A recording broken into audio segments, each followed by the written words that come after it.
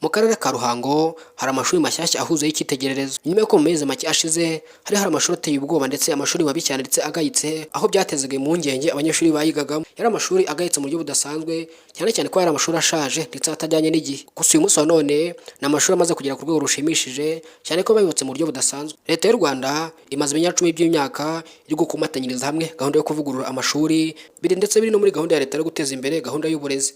Bino mu mpamvu zatumye amwe mu mashuri yubatswe mu bihe bya kera ashaje cyangwa se atajyanye n'igihe yaragiye avugururwa, ndetse amwe n'amwe agasenywa agatangira kubarwa bundi bushya, ndetse akubakwa mu buryo bugezweho ndetse bujyanye n'igihe. Niyo mpamvu leta y'u Rwanda yazengurutse ince zose z'igihugu itangiza gahunda yayo yo kuvugurura ibigo by'amashuri, by'umwihariko amashuri ashaje cyane, aho bari kuyubaka ndetse bakabaka mu buryo bw'icyitegererezo, hanyuma akaba amashuri agezweho ndetse akigwamo n'abanyeshuri aho babona serivisi zitandukanye, yaba abakenera amashanyarazi, amazi, ndetse na gahunda ya leta ya mudasobwa kuri buri munyeshuri igashyirwa mu bikorwa, cyane ko aya mashuri yombi akenshi na kenshi akunze kuba ari mu nce z'ibyaro, ahita ashyirwamo umuriro w'amashanyarazi ndetse agahabwa na za mudasobwa.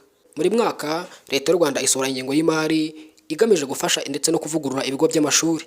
Nk'uko leta y'u Rwanda yiyemeje guteza imbere gahunda y'uburezi, biri no mu mpamvu zatumye nyine ishyira imbaraga mu kuvugurura ndetse no kuzamura amashuri.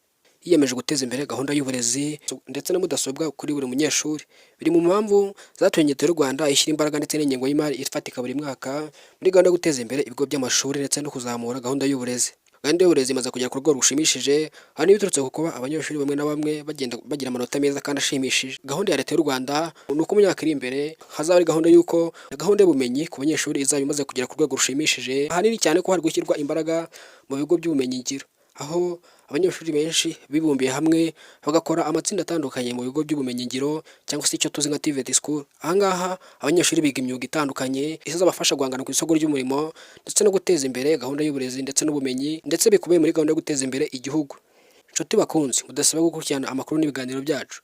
Niba uri mushyashya kuri iyi sheni hano wageze ni kuri Taifa Rwanda. Niba uri mushyashya ukore subscribe kugira tujye tubana umunsi ku wundi.